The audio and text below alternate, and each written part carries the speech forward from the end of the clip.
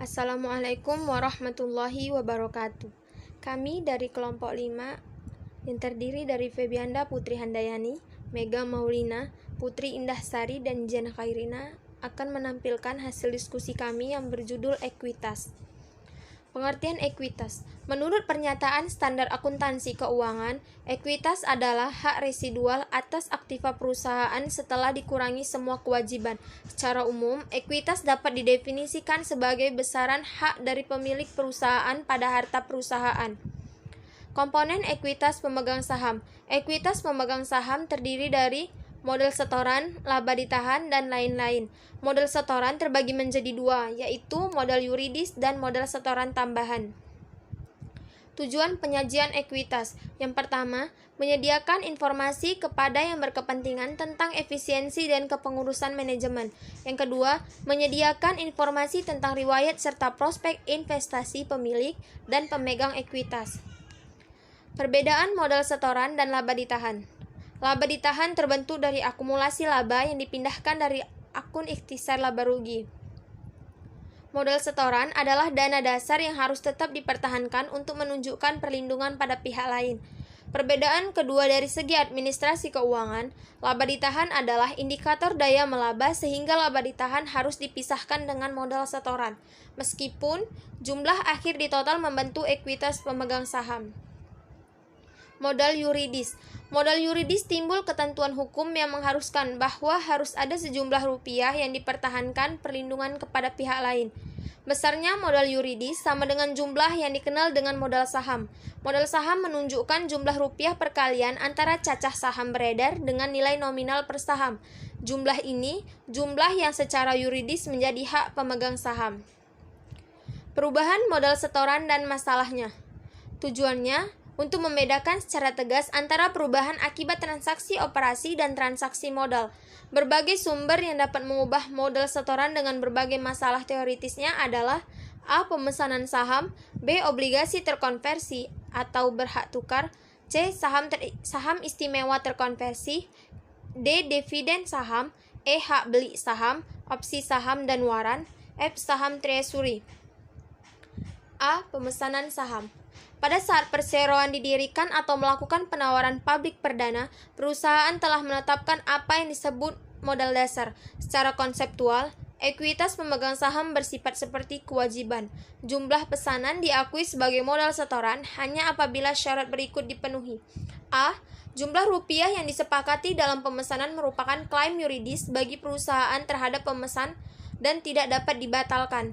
B. Harga pesanan tersebut akan ditagih penerbit dalam periode yang cukup pasti dan tidak terlalu lama. B. Obligasi terkonversi. Perusahaan menerbitkan obligasi dengan karakteristik bahwa obligasi dapat ditukar dengan saham biasa atas kehendak pemegang obligasi dalam periode konversi tertentu. C. Saham istimewa terkonversi. Pengukuran jumlah rupiah harus diakui sebagai modal setoran pendekatan. Pendekatan pertama, nilai nominal saham prioritas plus porsi premium ditransfer ke modal pemegang saham dan premium modal pemegang biasa. Pendekatan kedua, kalau ada selisih antara harga pasar baik saham biasa maupun saham prioritas, selisih tersebut harus dikompensasi ke atau dari laba ditahan. D. Dividen saham. Dividen saham adalah distribusi dalam bentuk saham yang sejenis dengan saham yang mula-mula diterbitkan. E. Hak beli saham. Hak beli saham adalah hak yang diberikan bagi pemegang saham lama untuk membeli saham atau proporsional dengan kepemilikan. Opsi saham. Opsi saham adalah semacam kontrak yang memberi hak kepada karyawan perusahaan untuk membeli saham. Waran. Perusahaan dapat juga menjual hak beli saham kepada non-pemegang saham dengan menjual kupon pembelian saham atau waran. F. Saham treasury. Transaksi yang jelas akan mengurangi saham adalah penarikan kembali saham untuk sementara menjadi saham treasury. Alasan perusahaan melakukan penarikan kembali saham sebagai saham treasury adalah A. Saham tersebut akan diterbitkan kembali kepada karyawan dalam program opsi saham. B. Saham tersebut akan digunakan untuk membeli perusahaan lain dalam transaksi penggabungan usaha atau business combination. Konsep satu transaksi. Disebut satu transaksi karena pembelian saham treasury dari penjualan kembali dianggap sebagai satu transaksi. Artinya, pembelian dan penjualan dianggap sebagai kesatuan transaksi untuk mencapai tujuan yang diinginkan dengan transaksi saham treasury tersebut. Konsep dua transaksi. Dengan konsep ini, pemerolehan kembali saham sebagai saham treasury dianggap likuidasi ekuitas pemegang saham, sedangkan penjualan kembali saham treasury dianggap sebagai penerbitan saham baru. Konsep ini disebut dengan pendekatan nilai nominal, karena harga penarikan atau penjualan kembali ditandingkan dengan nilai nominal. Selisihnya, baik dalam penarikan atau penjualan, dikompensasi ke modal setoran lain atau sebatas porsi modal setoran lain mula-mulanya dikompensasi ke laba ditahan. Perubahan laba ditahan. Kalau pemisahan antara transaksi modal dan transaksi operasi harus tetap dipertahankan, hanya terdapat dua faktor utama yang mempengaruhi besarnya laba ditahan, yaitu laba atau rugi periodik dan pembagian dividen. Laba yang dipindahkan dari akun laba rugi atau income summary adalah laba yang merupakan seluruh elemen transaksi operasi dalam arti luas yang disebut laba komprehensif. Penyesuaian periode lalu. Penyesuaian periode lalu ada perlakuan terhadap suatu jumlah rupiah yang mempengaruhi operasi periode masa lalu atau yang baru ditemukan atau baru dapat diakui dalam periode sekarang, bukan sebagai pengurangan atau penambahan perhitungan laba tahun sekarang, tetapi sebagai penyesuaian terhadap laba ditahan awal periode sekarang. Koreksi kesalahan. Dalam hal tertentu, kesalahan tidak bisa diketahui dan baru ketahuan beberapa waktu atau bahkan beberapa periode setelah statement keuangan disusun dan diterbitkan. Jadi, untuk dapat disebut kesalahan, suatu jumlah rupiah harus berasal dari kesalahan hitung, kesalahan aplikasi dan penerapan prinsip akuntansi, atau kehilapan atau kekeliruan menggunakan fakta yang tersedia pada saat penyusunan laporan keuangan. Perlakuannya yaitu 1. Penyesuaian laba ditahan, 2. Penyesuaian modal setoran lain, 3. Komponen statement laba rugi. Perubahan akuntansi. Karena alasan tertentu, suatu perusahaan mungkin melakukan kebijakan yang mempunyai pengaruh terhadap konsistensi dalam proses akuntansi dan pelaporan keuangan yang disebut dengan perubahan akuntansi. Ada 3 macam perubahan akuntansi, yaitu 1. Perubahan prinsip atau metode akuntansi, yang kedua perubahan taksiran akuntansi, yang ketiga perubahan kesatuan pelaporan. 3 alternatif atau metode. 1. Penyesuaian retroaktif. Metode ini mengakui perubahan kumulatif perubahan dalam laba periode yang lalu sebagai penyesuaian periode lalu. 2. Penyesuaian sekarang. Metode ini mengakui seluruh pengaruh perubahan dalam laba periode yang lalu sebagai komponen dalam menghitung laba periode sekarang atau periode terjadinya perubahan.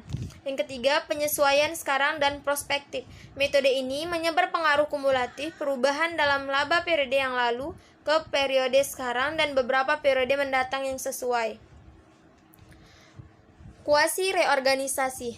Kuasi reorganisasi adalah reorganisasi tanpa melalui reorganisasi secara hukum yang dilakukan dengan menilai kembali akun-akun aktiva dan kewajiban pada nilai wajar dan mengeliminasi saldo defisit. Syarat kuasi reorganisasi menurut Dewan Standar Akuntansi yaitu 1. Perusahaan mengalami defisit dalam jumlah yang material. 2. Perusahaan harus memiliki status kelancaran usaha dan memiliki prospek yang baik pada saat kuasi reorganisasi dilakukan. Ketiga, perusahaan tidak sedang menghadapi permohonan kepalitan. 4. Tidak bertentangan dengan peraturan perundangan yang berlaku. 5. Saldo ekuitas sesudah kuasi organisasi harus positif. Penyajian modal pemegang saham. Pertama, urutan penyerapan rugi. Terdiri dari pendapatan kotor, laba bersih, laba ditahan, premium modal saham, dan modal saham. Yang kedua, urutan menerima distribusi aset, terdiri dari karyawan dan pemerintah, kreditor berjamin, kreditor tak berjamin, pemegang saham prioritas, dan pemegang saham biasa. Perincian laba ditahan. Perincian laba ditahan dapat disajikan dan dirinci atas dasar sumber dan atas dasar tujuan. Dengan atas dasar sumber, laba ditahan dapat dirinci menjadi laba ditahan yang berasal dari operasi normal atau rutin dan yang berasal dari laba luar biasa. Sedangkan atas dasar tujuan, perincian ini ditujukan dengan adanya pos cadangan jaminan sosial, laba ditahan, terbatas, dan cadangan umum. Laba komprehensif.